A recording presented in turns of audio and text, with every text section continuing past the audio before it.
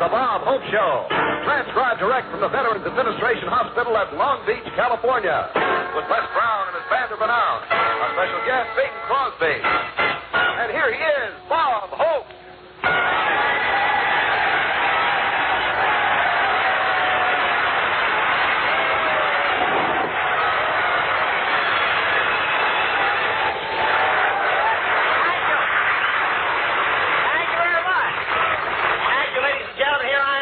On Christmas Day for these boys in the Veterans Hospital.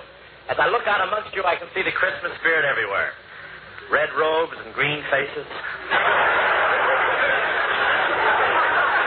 And I said to Dr. Edwards, I'm looking forward to a great show today. Last time I was here, I found out how to make these guys laugh. He said, I know, Hope, but now we keep that stuff locked up.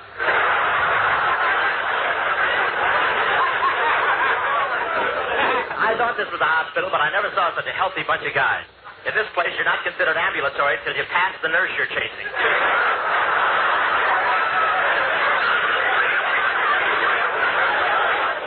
And I noticed the modern trend in Veterans hospitals. Now, new hospital beds have gadgets to do everything.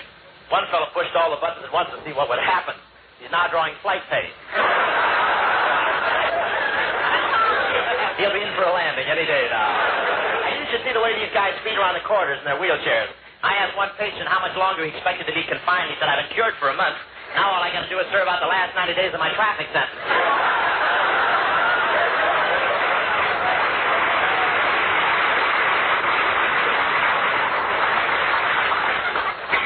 And one patient even had the Christmas spirit while he was being bandaged. He turned to the doctor and said, before you wrap it, I'd like to put a card in. And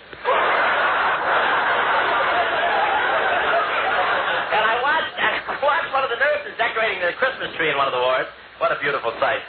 And the limbs on the tree weren't bad either. One soldier took a look at the star on the top of the tree and he said, egad, there's a brigadier general running this show, too.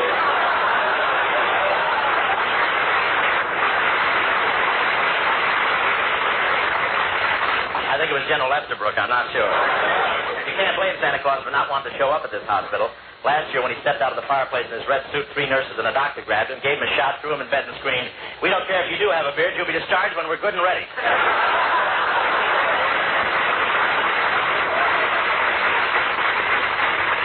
I played Santa Claus for my kids, and it was great. I had a real Santa Claus suit and came down a real chimney. It was exciting. They had a real fire. They had to beat me out with my own beard. But it's been a great day here at the Long Beach Veterans Hospital. I had dinner here, and can these patients eat? The chaplain said, say grace, and between saying grace, they were ready for dessert. They served 6 courses with 10-minute intermissions to carry out the wounded. Boy, they really went after the food. I said, how's the stuffing? And the guy stuck his head out of the turkey's mouth and said, fine.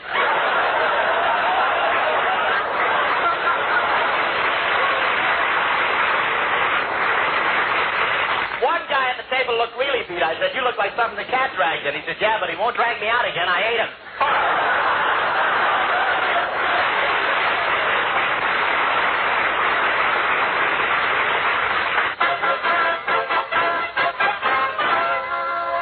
Oh, Bob, can I introduce our guest now? Not yet, High. Grandpa Crosby can't come dashing out on the stage like he used to, you know. It takes a little preparation. They've got him backstage hanging upside down by his heels. Well, it's silly, Bob. Why should they be hanging by his heels? Well, he has to stay in that position till his chest slides back where it used to be. Then they rivet him into a pair of tight leather shorts so when they turn him right side up, there won't be an avalanche.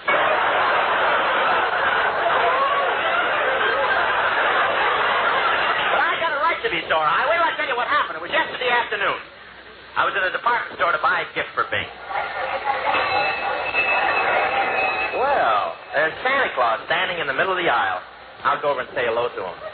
Well, jolly old Santa. Well, tonight's Christmas Eve, Santa. Are you going to get into your sleigh and sail over the housetops? No, boy, I'm going to the rendezvous and fly around the chandelier.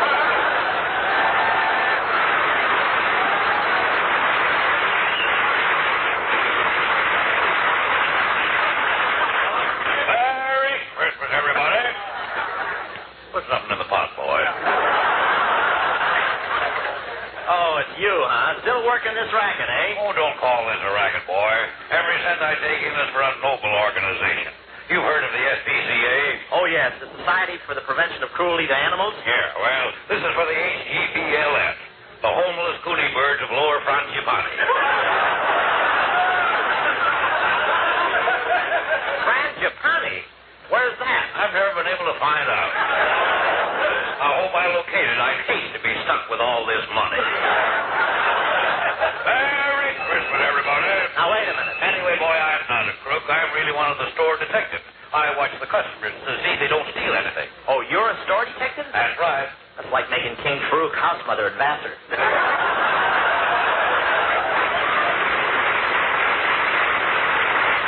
Now, boy, I only dipped in for a few dollars to give to my poor old mother. The little old lady's sight's failing, and she needs a pair of eyeglasses desperately for her work. Oh, I'm sorry. What is her work? She forges unemployment checks. Oh, pardon me. Here comes a guy I don't want to meet. What'll I do? Well, just crouch down behind the counter there till he goes by. That's it there. Now he won't see you. Merry Christmas, everybody. Hello, mister. Say, aren't you Bing Crosby? Well, that's close enough.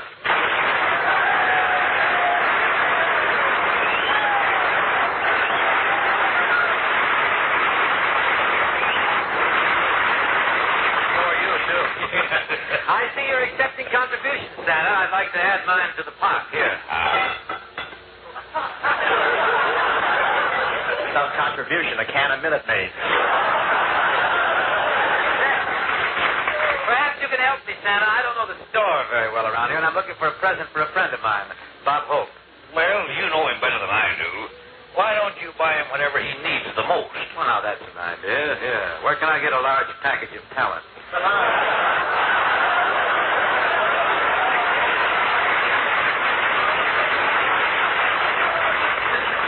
Look who's talking. If he's in my next road picture, he'd be pushing a broom in a cart. I've got to get something for Yogurt Boy. I was going to buy him some shorts. I really thought I'd buy him some shorts, but they don't have a size big enough for him. The only size they had were large, very large, and across the wide Missouri. You've noticed this lad is requiring quite a bit of real estate toward the rear. No. He's the low, rambling ranch type himself. He just try to back him into a two-car garage on a foggy night.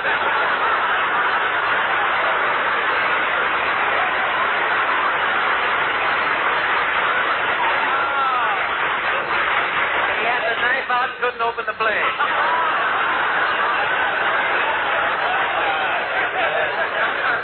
I'd like to open one on you, brother. Where'd you get that little ad lib on, man?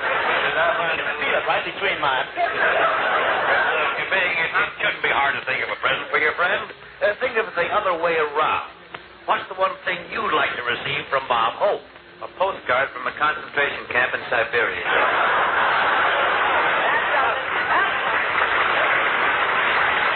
Now, listen. I heard everything you said. I was hiding right behind the counter. Well, look who's here. Paramount's bad guest. I just found out your true character, you lopsided lon. Oh, no, here. Ease off your clever hips. I punch you right. I don't see that. Just a I punch you right on that nose of yours, but I never start anything that's already finished. Well, look, avocado top. Yeah, if that head was any smaller, you could use a plumber's friend for an umbrella.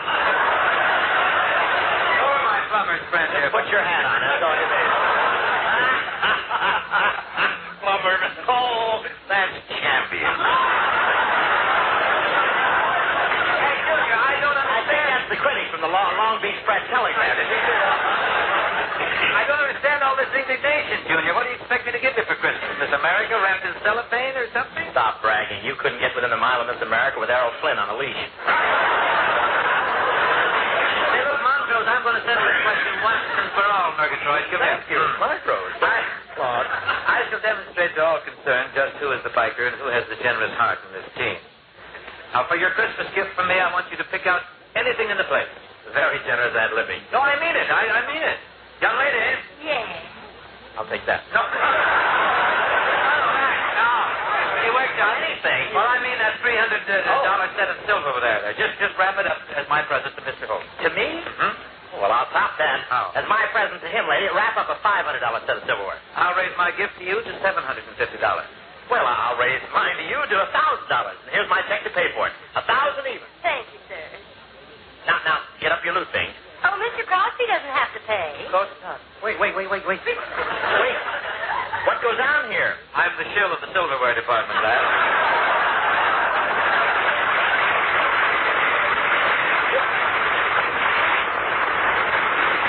You're the shill? Yes. Gary owns the store.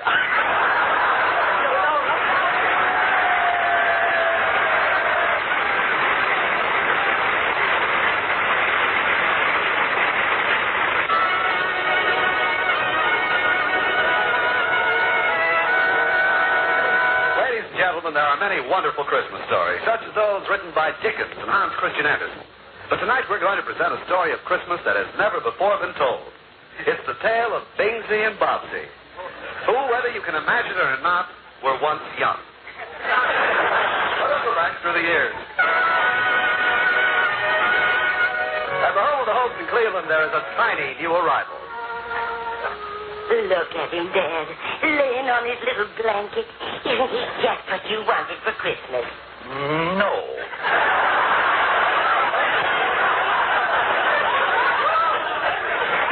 To tell the truth, Ma, what I really wanted was a pinball game. Oh, now that's silly. A pinball game doesn't grow up and stay with you through the years. Maybe not, but at least it had all its marbles.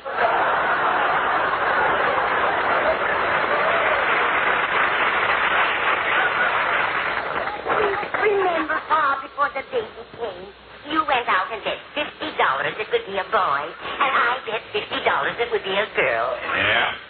That's $100 we'll never see again.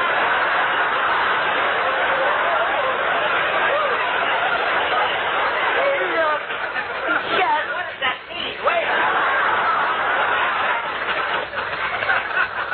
Look at his little face smiling up at us. Goo.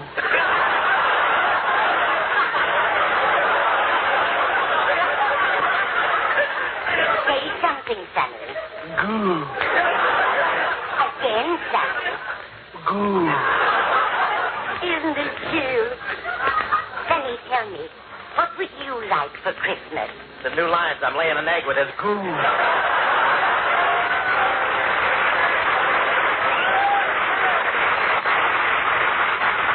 Yes, sir, we hoped for a wonderful family.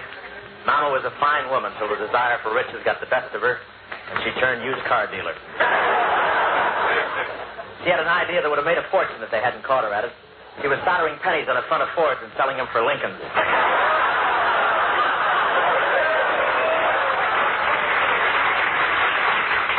Automobiles, that was all my folks ever thought of.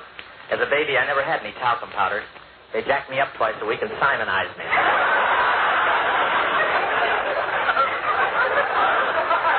The first Christmas I really remember was when I was 7 years old. A new family moved in next door, and I went over to make friends with a little boy. Hi there. Hi.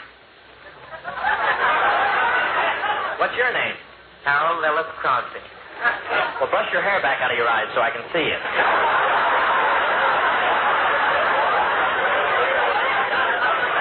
You can tell this is a fantasy. Oh, fantasy. Santa's coming tonight. What do you want for Christmas? I can't have anything. We're very poor. Are you really poor? Yeah, we don't have anything except what my brother Larry brings in on Saturday night. What's that? My brother Everett. What do you want to be when you grow up? Well, most kids want to be an engineer on a big train and go lickety-split. An engineer on a big train and go lickety-split? Yeah, but that's stupid. I want to be a singer. Listen.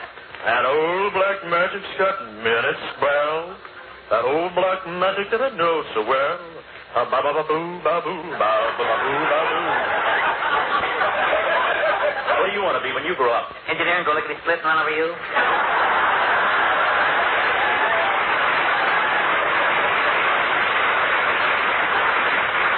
Come on. Oh, poor little fella. I couldn't forget the pitiful figure he made, standing there, his face pinched with cold, his cheeks blue, and big holes in his money belt. All little Bing wanted for Christmas was a pair of keys. I knew he wouldn't get him, so I started to whittle him a pair. But the Crosbys moved away. I didn't see Bing for years. Then one day he walked into my backyard and said, Hi. "Where you been?" Well, we moved to Spokane, where I finished grammar school, high school, then I enrolled in Gonzaga University, from which I graduated with high honors. From there, I went to the Sorbonne in Paris, where I studied for her, and I acquired my master's degree in music. What have you been doing? I finished your skis.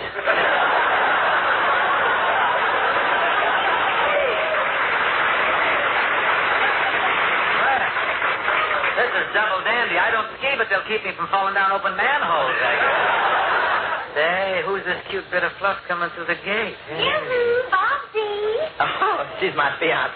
She's so crazy about me, she thinks I'm the only guy in the world. Hello, Bobsy. I just thought I'd come over. Well, who's this? Over the river, Charlie. Skip the gutter. Fluffy up your feathers, will you? I'm a chicken inspector.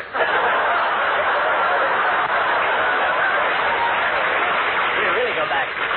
Oh, 23 skidoo. I'm Kid Pepper. You can't shake me. Squeeze me, kid. Squeeze me, kid. I'm a lemon. The ushers will now pass among you with Tums.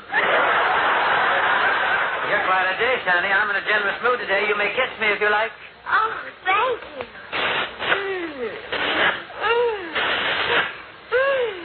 Oh, come on, honey. Let's go where we can be alone. I decided I couldn't let him get away with that, so I yelled, "Hey, come back here, you!" Yeah, what do you want? You forgot your skis.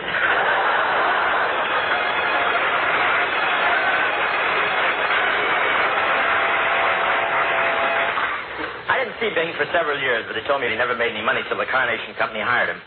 Crosby's voice made the cows contented.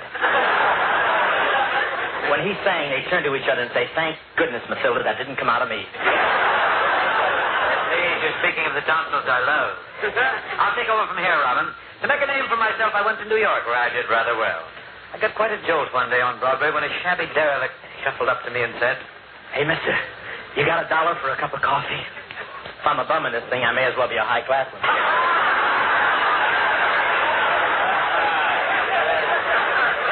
Get away from me, you panhandler. You ought to be ashamed. Haven't you any higher ambition than this? Yeah. What is it? I want to be an engineer in a big train and go lickety-split.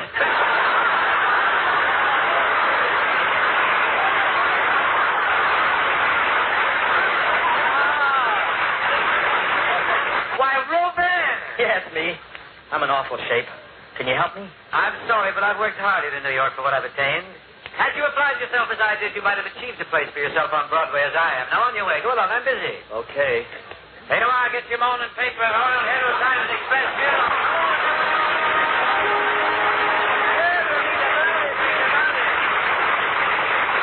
I took pity on Bob, and I added him to my vaudeville act when my seal died. Again, fitted him perfectly, and I soon taught him to sit up, clap his flippers. Oh, what an act it was. By the light By the ever-loving night of the silvery moon. it rhymes with June and croon and spoon and goon unless Brown Band is out of tune. Say, Joe. Yeah, Mo? Did you hear what the fella said when he buried the light bulb under the ice house? Now, what did the fella say when he buried the light bulb under the ice house? Mazda's in the cold, cold ground.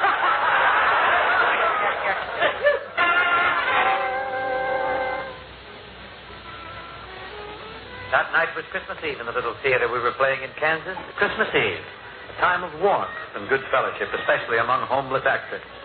As we sat in our dressing room after the performance, the door opened. The manager of the theater stuck his head in with a genial gleam in his eye. He smiled and said, "You no talent jerks are fired." Fired? For what? It ain't enough your act this bad, but ever since you've been here, we've been missing popcorn from the machine in the lobby. And all we understand your agent is living here in the dressing room with you. A pack of lies. We never stole anything out of the lobby. And our agent's never been in this room. Just pack up and get out. Well, open the trunk. Gee, thanks, fellas. It's hard to breathe through all that popcorn.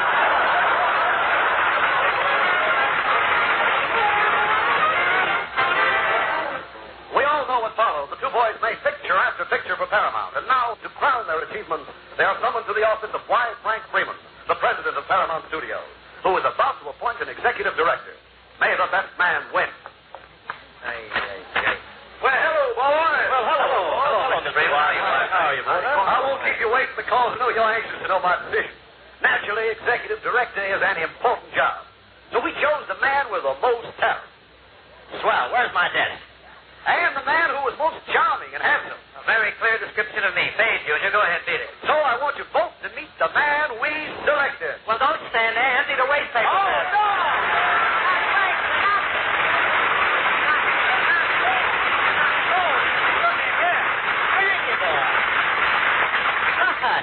Frankie, what are you doing at Long Beach?